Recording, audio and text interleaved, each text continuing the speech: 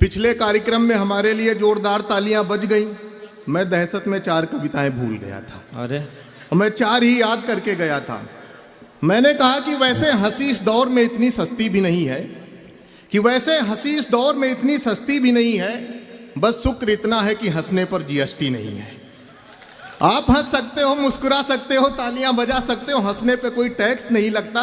मैं जो भी बात यहां से बोलूंगा बिल्कुल सच बोलूंगा। एक भी शब्द अगर झूठ बोलूं तो दिल्ली में केजरीवाल की सरकार गिर जाए। उत्तर प्रदेश की सरकार के बारे में कुछ बोल नहीं सकते, पता नहीं कब नोटिस पहुंच जाए। मैं शादी से पहले कुंवारा था।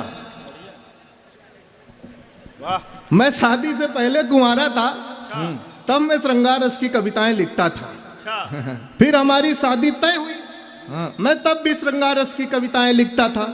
सर हमारी एंगेजमेंट हुई, मैं तब भी श्रृंगार रस की कविताएं लिखता था। हमारा तिलक हुआ सर, मैं तब भी श्रृंगार रस की कविताएं लिखता था। श्रृंगार हमारा खत्म ही नहीं हो रहा था। अच्छा। फाइनली सर हमारी शादी हो गई, मैं तब भी श्रृंगार रस की कविताएं लिखता था। एक दिन हमारी श्रीमती जी हमारे सामने मुंह धो के खड़ी हो गई। भगवान कसम श्रृंगार से विश्वास उठ गया। वाह, बहुत अच्छे। ये जितने लोग ताली बजाए हैं सबका विश्वास उठा है। मैं आपकी पीड़ा को प्रणाम करता हूं। तब से मैं हास्य रस की कविताएं लिखता हूं। इधर के लोगों का ज्यादा उठा है। है क्या सर? गजेंद्र भैया बताऊं कि पत्नी और सरकार दोनों एक जैसे होते हैं।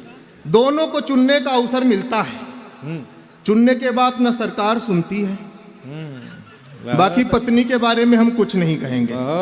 हमें घर जाना है, आप लोग वीडियो बना लेते हो, यूट्यूब पे डाल देते हो तो बड़ी दिक्कत होती है हमें।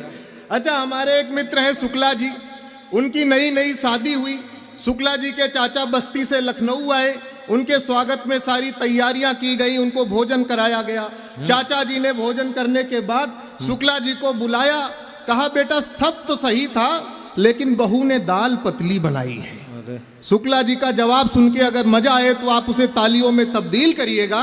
शुक्ला जी ने जवाब दिया, चाचा जो स्त्री पुरुष की हालत पतली कर सकती है, अरे बहुत अच्छे, उसके लिए दाल कौन बड़ी बात। बहुत अच्छे। मैं ऐसा नहीं, मैं स्त्रियों के विरोध में कविताएं सुनाता हूं, मैं सम्मान में सुना रहा हूं कि सुबह से लेकर शाम हमारी बीबी, दिल का है आराम हमारी बीबी, और जीवन में जब दर्द कभी आ जाता है बन जाती है झंडू बाम हमारी बीबी। कि बन जाती है झंडू बाम हमारी बीबी। अच्छा है क्या देखिए, आपने पुष्प की अभिलाषा सुनी होगी, मैं पति की अभिलाषा पहली बार आपको सुना रहा हूं। स्वागत है भाई। कि पहिने रूपानी हील बाज ना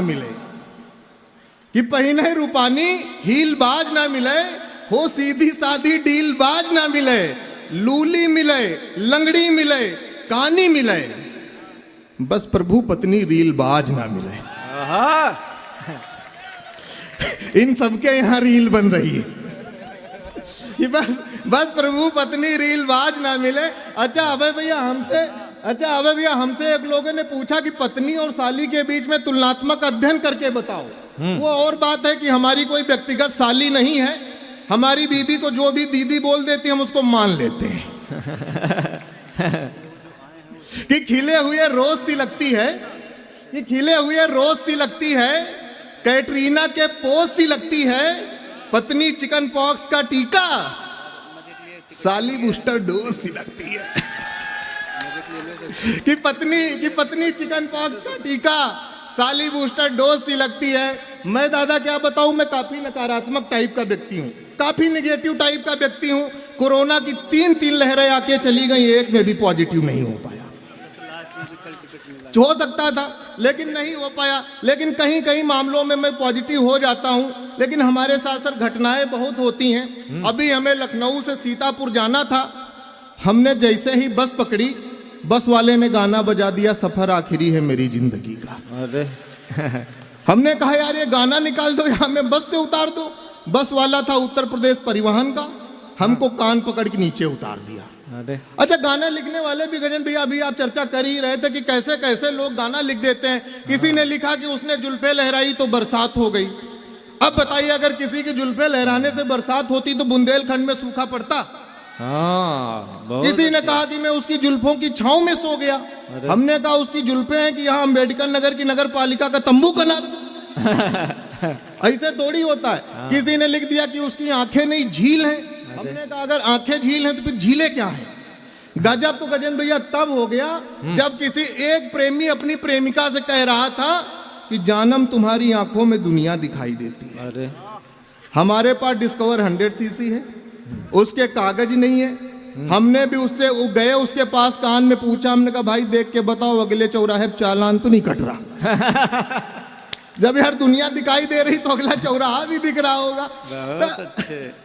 ये गजब गजब की चीजें लिख देते हैं। वो सर किसी ने गाना लिखा था कि क्या तुम्हें पता है गुलशन मेरे दिलबर आने वाले हैं। अरे अच्छा, उस जमाने में हमारे दिलबर थे, तो ये गाना मुझे पसंद था। मैं गाते हुए जा रहा था, भैया की तरह एक व्यक्ति सामने जा रहा था। हमने एक बार गाना गाया कि क्या तुम्हें पता है गुलशन मेरे दिलबर आने वाले हैं। भैया ने पलट के देखा। हमने दूसरी बार गाना गाया, फिर भैया ने पलट के देखा। तीसरी बार जब हमने गाना गाया, फिर भैया ने पलट के देखा। हमें लगा गजेंद्र भैया की भैया को गाना बहुत अच्छा लग रहा है। हमारे पास भैया आए, हमको खींच के 3 कंटाप मारे। बोले हमारा नाम है गुलशन अरे और हमें बिल्कुल नहीं पता है तुम्हारे दिलबर आने वाले हैं कि नहीं आने वाले हैं। बहुत अच्छे। यार दिलबर को करो फोन, हमारी काहे कोपड़ी का रहो। तो देखिए, क्या जुल्फे घटा नहीं है, आंखें झील नहीं है। जो हमारे जीवन में घटा है वो मैं आपको सुनाता हूं कि पहलू जो अनछुए हैं, कि पहलू जो अनछुए हैं उन पहलुओं पे बात हो। इश्क में जो कूटे गए हैं उन मजनुओं पे बात हो। उसकी जुल्फे जुल्फे हैं घटा कतई ही नहीं, उसकी जुल्फों में जो जुए हैं उन जुओं पे बात हो। वाह कि उसकी जुल्फों में जो जुए हैं उन जुओं पे बात हो। मैं सर प्रैक्टिकल कविता सुनाता हूँ। मैं बिल्कुल ऐसा नहीं कहता कि उसने जुल्फे लहराई तो बरसात हो गई, ऐसा कुछ है ही नहीं। मैं और आपको प्रैक्टिकल सुनाता हूँ कि मिस्री कहूँ या शहद सा घुल रहा हूँ मैं, मिस्री कहूँ या शहद सा घुल रहा हूँ मैं, इश्क में उसके 21 दिन कुल रहा हूँ मैं। एक शाम उसके साथ डिनर पे गया था, तब से गुप्ता भोजनालय में बर्तन धुल रहा हूँ मैं। बहुत अच्छे। तब से गुप्ता भोजनालय में बर्तन धुल रहा हूं मैं। अच्छा, मैं अपने बाबूजी का चरित्र चित्रण भी सुना दूं। मैं बहुत बढ़िया घर से आता हूं। कि देख एक सुंदरी को मुड़ गए बाबूजी, कि देख एक सुंदरी को मुड़ गए बाबूजी, नैनों से नैना मिले जुड़ गए बाबूजी। और सुंदरी ने पैर एक्सीलरेटर पे क्या रखा, पलक झपकते उड़ गए बाबूजी। पूरे खानदान में खराबी है। बिल्कुल खानदानी है हम।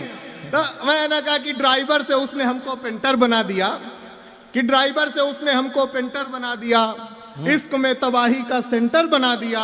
10,000 लेकर फरार थी प्रेमिका, हमने भी उसको लोन में गारंटर बना दिया। बहुत अच्छे।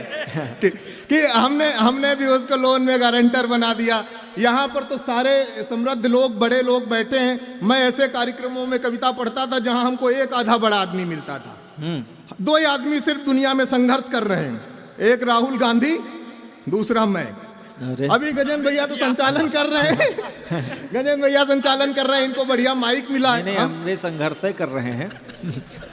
तो हमने हमें संचालन शुरू किया तो हमें हाथ वाला माइक देते थे। 3 घंटा हमको हाथ में माइक पकड़ के संचालन करना रहता था। अभी देखना गजेंद्र भैया इस फ्रेम में होंगे, हमें लोग फ्रेम में भी नहीं रखते थे। फिर जब भैया लोग वीडियो सोशल मीडिया पे अपलोड करते थे, उसमें वाह वाह की आवाज आती थी। मैं तो होता नहीं था फोटो में, तो मुझे वीडियो पे कमेंट करके बताना पड़ता था कि ये जो वाह वाह की आवाज आ रही वो मैं हूँ। अरे ये एक कवि बहुत होशियार होते हैं। अभी जैसे यहाँ का इकबाल सर ने पोस्टर डाला कि मैं आज अम्बेडकर नगर में कवि सम्मेलन करूंगा, तो वहाँ पे फेसबुक पोस्ट पे कमेंट आते हैं कि दादा बधाई, दादा शुभकामनाएं, दादा अग्रिम शुभकामनाएं। फिर मेरे जैसे लोग आते हैं, दादा आप इस कवि सम्मेलन में हो, कवि सम्मेलन सफल, बिल्कुल ताबड़तोड़ शुभकामनाएं। इन चारों बातों का मतलब मैं आज दादा को बता दूं, इन चारों बातों का मतलब ये होता है दादा आप तो खूब कवि सम्मेलन करते हो, हम